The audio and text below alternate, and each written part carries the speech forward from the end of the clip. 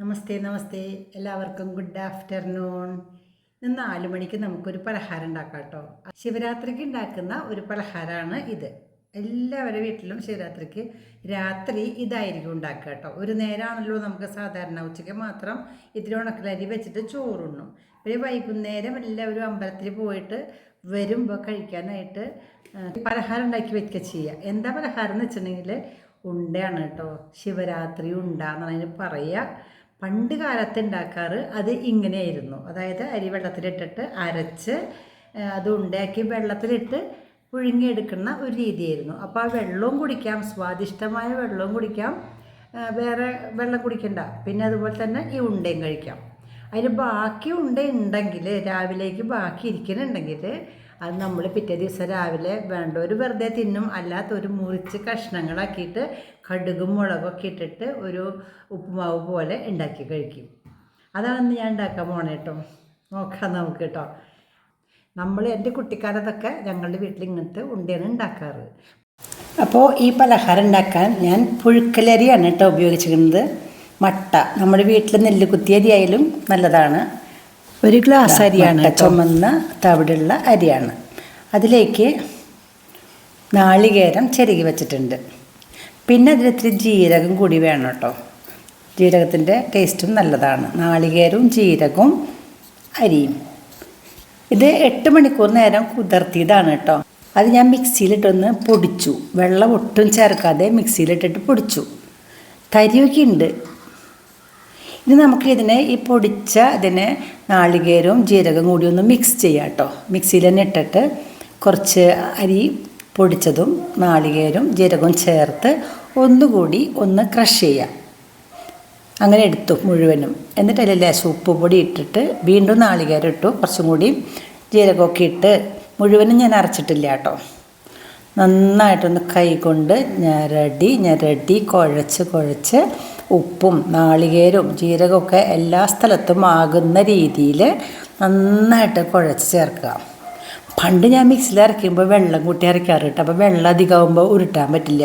ഇതിപ്പോൾ നല്ല പാക കണ്ടോ. ഉതിർന്നിരിക്കുന്നുണ്ടെങ്കിലും ഉരുട്ടാൻ നല്ല സുഖമാണ്. നോക്കൂ, പുട്ടിൻ്റെ പൊടി ആക്കിയ പോലെയാണ് ഇപ്പോൾ എനിക്ക് കിട്ടിയിരിക്കുന്നത്. ഈ തരി ഉണ്ട് കേട്ടോ. തരി വേണം ഇതിന് ശരിക്കും പറഞ്ഞാൽ. കണ്ടോ, നന്നായിട്ട് ഉരുട്ടിയാൽ ഉരുളിയാക്കാൻ പറ്റും. കണ്ടോ, ഇതിൽ കുറച്ച് ഉള്ളിയും കൂടി ചതച്ച് ചേർത്ത് നല്ലതാണ്. പക്ഷേ ശിവരാത്രി അല്ലേ, അപ്പോൾ പിന്നെ വ്രതങ്ങൾക്ക് നമ്മൾ ഉള്ളി ചേർക്കാറില്ലല്ലോ.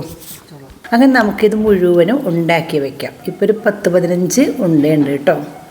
നന്നായിട്ട് മുറുക്കി ഉണ്ടാക്കി വച്ചിരിക്കേണ്ടതാണ്. ഇനി നമുക്കിത് വയ്ക്കാനായിട്ട് ഒരു പാത്രത്തിൽ കുറച്ച് വെള്ളം അടുപ്പത്ത് വയ്ക്കാം. നന്നായിട്ട് വെള്ളം തിളക്കട്ടെ. തിളച്ച് കഴിയുമ്പോൾ നമ്മൾ ഇതിലിടുക. നന്നായിട്ട് വെട്ടി തിളയ്ക്കുമ്പോൾ 1 by 1 ആയിട്ട് ഇടാം കേട്ടോ. 1ാമത്തെ ഇട്ടു, 2ാമത്തെ ഇട്ടു. അതിപ്പോൾ നാളികേരം കുറച്ചൊക്കെ ഇങ്ങനെ പൊന്തി പോണ്ടിട്ടാ. അത് സാറില്ല, പൊക്കോട്ടെ. നമുക്ക് ഈ വെള്ളം ഉപയോഗിക്കാനുള്ളത് തന്നെയാണ്. 3, 4 അങ്ങനെ നമ്മൾ മുഴുവനും ഇതിൽ പറക്കി മെല്ലെ ഇടാണ്. ഉടയാണ്ട് പതുക്കെ ഇടുക. നന്നായിട്ടൊന്ന് തിളക്കട്ടെ.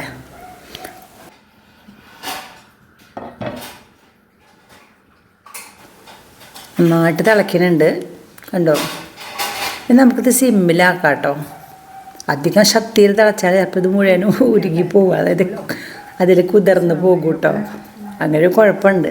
പക്ഷെ കുതിർന്ന് പോയാലും ആ വെള്ളം നമുക്ക് ഉപയോഗിക്കാനുള്ളത് തന്നെയാണ് കേട്ടോ. നല്ല സ്വാദിഷ്ടമായ വെള്ളമാണ് കേട്ടോ. അത് കളയില്ല നമ്മൾ. ഇപ്പോൾ ഒരു 10 മിനിറ്റിനധികം തിളച്ചു കേട്ടോ. ഞാനത് നിർത്തി ഓഫാക്കി. ഇനി കോരി വയ്ക്കാൻ പോവാം. നോക്കൂ, ചെറുതായി ഉണ്ട് കേട്ടോ ഉണ്ടകൾ. ഈ പ്ലേറ്റിലേക്ക് വയ്ക്കാം. 1, 2, 3.